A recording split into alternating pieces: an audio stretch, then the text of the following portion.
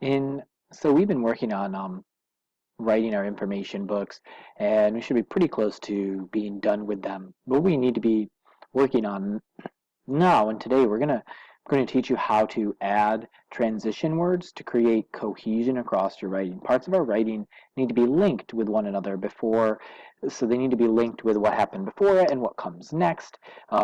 Whether it's giving a little bit of foreshadowing in an introduction, or kind of having the introduction lay out the structure for the rest of it, and then saying and so and on and so forth.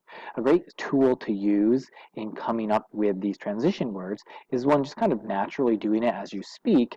And then also we have a checklist here, or this is the grade 6 checklist, that says I use transitions to help readers understand how different bits of information and different parts of my writing fit together. Like I said, we want cohesion.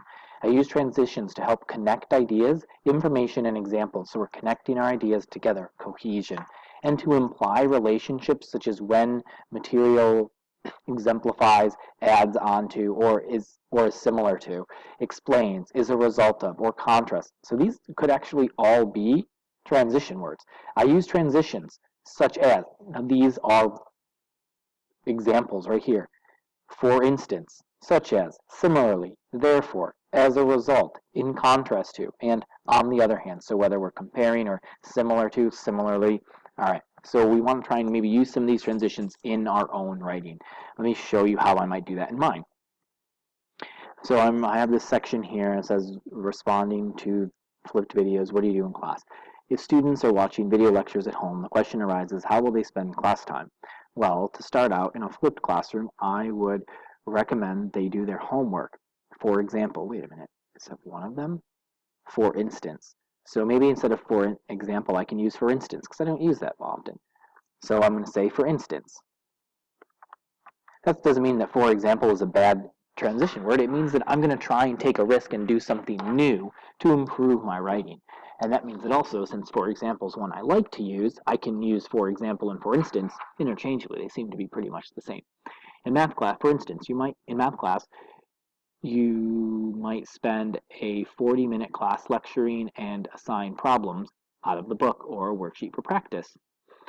Well, now they can do the problems in class the day after watching the video. Okay, so that just sounds confusing to me in general. I'm going to use this transition word here as a result, I think. And I think this is confusing. For instance, in math class, I think there should be a comma there, yes. You might spend a 40-minute class lecturing and assign problems out of the book or a worksheet for, I'm not going to say for practice, I'm going to say for homework. And as a result of watching videos for homework, instead of they, I'm going to say students, can now do the problems in class the day after watching the video. So I just added another transition word in here.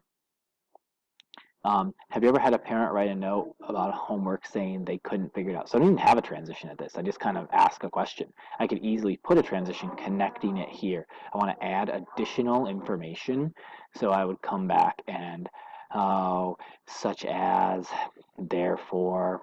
I like the one like in addition or furthermore. Furthermore, if you have ever had a parent write a note about a homework, I'm going to say about homework, saying that they couldn't figure it out, if you have, then flipped videos might solve that problem.